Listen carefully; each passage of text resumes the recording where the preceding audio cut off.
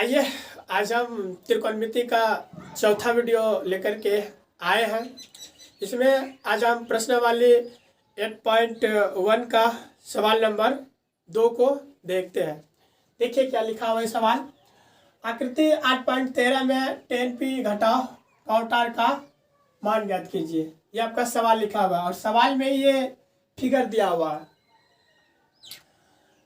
तो आपको मान किसका निकला है? 10p घटाओ काउंटर का। सबसे पहले आपको बताए थे, अगर कोई भी त्रिभुज दिया हुआ रहे, इसमें आपको p मानना है, इसको b मानना है, इसको s मानना है, ये आपको बताए थे। तो देखिए, इसको हम क्या मान लेते हैं? p मान लेते हैं। और इसको हम क्या मान लेते हैं? b मान लेते हैं। इसको हम क्या मान लेते हैं? s मान लेते हैं।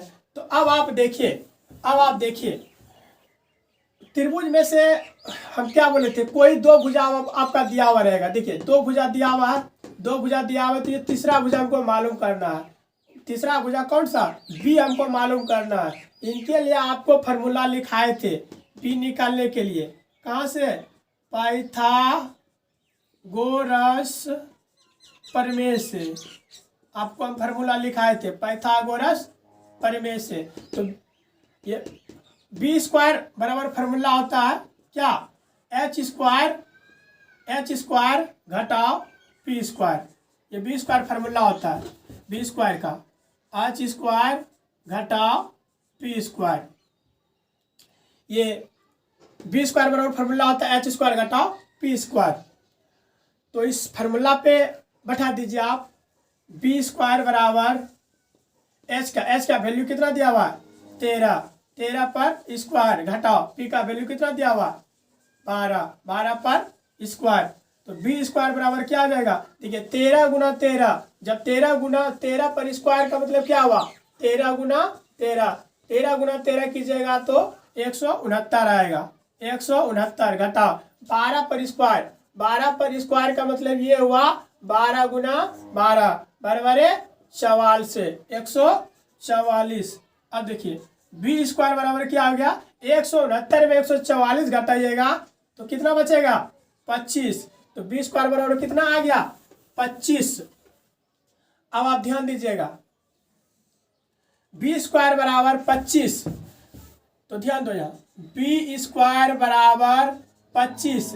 तो जैसे ही अब आपको बताए थे ये स्क्वायर है, जैसे ही स्क्वायर हटेगा तो तुरंत दाएं तरफ रूट आ जाता है। इस चीज को आप समझिएगा। बी स्क्वायर बराबर 25, जैसे ही ये स्क्वायर हटकता है तो तुरंत ही जैसे ये स्क्वायर हटकता है तो दाएं तरफ रूट हो जाता है। और 25 है तो यहाँ 25। तो 25 का वर्गमूल कितना? 5। 25 का वर्गमूल 5। तो देखिए, बी भुजा मालूम हो गया, बी का मान कितना आ गया? 5 आ गया। बी का मान कितना आ गया? 5। अब देखिए, त्रिभुज में तीनों भुजा मालूम हो गया हमको। पी का भी मान हो गया मालूम, बी का भी मान मालूम हो गया और एच का भी मान मालूम हो गया। अब हम मान निकालते हैं। क्या कह रहा है इस सवाल में? 10p घटाओ काउंटर का मान ज्ञात कीजिए। तो देखिए यहाँ लिखिए आप, 10p घटाओ काउंटर, 10p घटाओ काउंटर का मान निकालने के लिए कहता है। तो सबसे पहले आप फार्मूला को लिखिए। 10p का फार्मूला होता है p बटे b, काउंटर का फार्मूला होता है b बटे p। अब देखिए यहाँ 10p के अनुसार हमें देखना है कि लंब क्या होगा और आधार क्या होगा। यहाँ फिर काउंट आर के अनुसार हमको देखना है कि लंब क्या है और आधार क्या है। यहाँ देखिए, कोण दोनों का अलग अलग दिया है। जब कोण दोनों का अलग अलग दिया है तो आप फिगर को आप अलग अलग बनाइएगा। आप रफ कॉपी में फिगर को सबसे पहले इस तरह से छापिएगा जैसे हम छाप रहे हैं।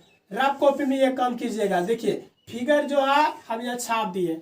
क्या है यहाँ पर? P लिखा हुआ है तो हम यहाँ P दे दिए। यहाँ Q लिखा हुआ है तो यहाँ पर हम Q दे दिए। यहाँ R लिखा हुआ है तो यहाँ पर हम R दे दिए। अब देखिए, 12 लिखा हुआ है तो हम यहाँ पर 12 बैठा दिए। ये 13 लिखा हुआ है तो हम यहाँ 13 बैठा दिए। और यहाँ 5 लिखा हुआ है तो यहाँ पर हम 5 बैठा दिए। सबसे ज्यादा इसी का गलती कर बैठते हैं कि 10p घटाओ काउंटर का मान निकालने में। ये आप ध्यान दीजिएगा कि कोण यहाँ दोनों का अलग अलग, कोण जब दोनों का अलग अलग है तो फिगर हम अलग अलग। सबसे पहले 10p के लिए हम फिगर बना रहे हैं। किसके लिए? 10p के लिए हम फिगर बना रहे हैं। ये किसके लिए बना रहे हैं हम? 10p के लिए। इसका फार्मूला p बटे p होता है। तो 10p के लिए हम फिगर बना रहे हैं। तो 10p के लिए बैठा दिया 12 13 5। अब देखिए यह किस का क्या कहता है 10p। p कहाँ आपका लिखा हुआ है, यहाँ पर है। p के अनुसार देखिए p के अनुसार ये क्या हो जाएगा, हम क्या बताएं, ये कोण p के अनुसार ये लंब हो जाएगा, क्योंकि जो कोण निकालने के उसके सामने वाली भुजा लंब हो जाता है। जब ये लंब, ये तो जानते हैं आपका कर्ण कभी चेंज ना होता है। ये लंब हो गया, ये कर्ण हो गया, ये क्या जाएगा b, यानी कि बेस आधार हो जाएगा। अब आप फार्मूला पर बैठा दीजिए सीधा सीधा। फार्मूला क्या लिखा हुआ, p बटे b। p का वैल्यू कितना आया 5 और b का वैल्यू कितना आया 12। आप ये रफ कॉपी में करके आप 10p का मान निकाल लीजिएगा। तो कितना आया 5 बटे 12। आप यहाँ पे बैठा दीजिए 5 बटे 12। यहाँ क्या लिखा हुआ माइनस, तो माइनस। ये 10p के लिए फिगर बनाए थे, अब हम कॉट r के लिए फिगर बनाएंगे। कॉट r के लिए फिगर बनाएंगे। यही फिगर को सेम हमें इस जगह पर छाप देना। ये भी काम आपको रफ में ही करना। देखिए क्या लिखा हुआ है, p लिखा हुआ है, p लिख दिए। यहाँ q लिखा हुआ है, q लिख दिए। यहाँ r लिखा हुआ है, यहाँ पर r लिख दिए। अब जो है छाप देते हैं। यहाँ 12 लिखा हुआ है तो 12, 13 लिखा हुआ है तो यहाँ 13, यहाँ 5 लिखा हुआ है तो 5।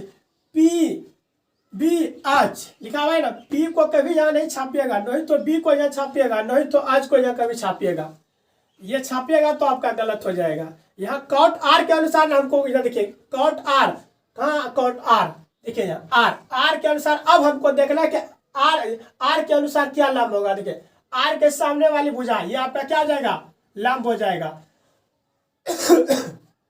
ये जब लंब हो जाएगा तो ये तो आप जानते हैं ये कर्ण कहलाता है, जो कि ये कभी भी चेंज नहीं करता। ये कर्ण हो गया, ये लंब हो गया, तो ये क्या हो गया b यानी बेस, यानी ये आधार हो गया।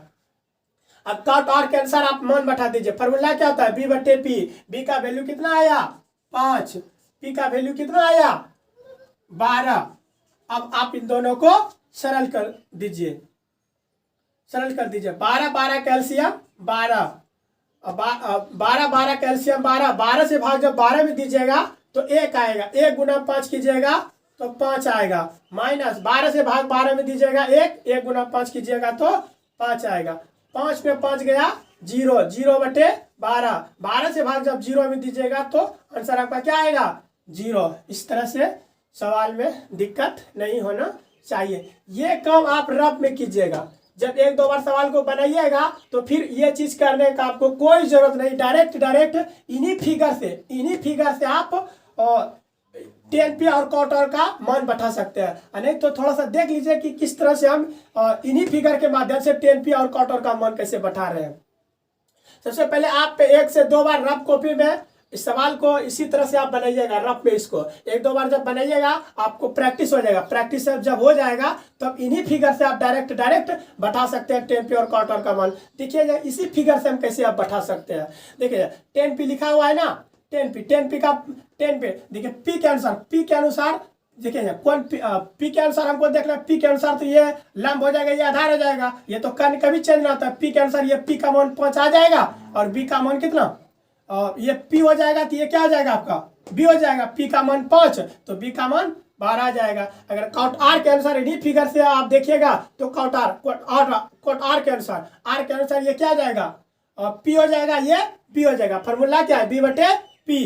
तो b का वैल्यू आपका कितना आ जाएगा 5, b का वैल्यू 5 और p का वैल्यू 12, 5 बटे 12। तो अब दोनों को आप सरल कर दीजिएगा। तो आप पहले रफ में 1 से 2 बार इस तरह रफ में ये फिगर बना के आप बनाइएगा। उसके बाद जब प्रैक्टिस हो जाएगा तो अपने आप इन्हीं फिगर से फिर तब ये सब फिगर बनाने की कोई जरूरत नहीं, इन्हीं फिगर से आप सवाल बना सकते हैं। तो चलिए अब हम अगले दिन सवाल नंबर 3 की ओर चलेंगे।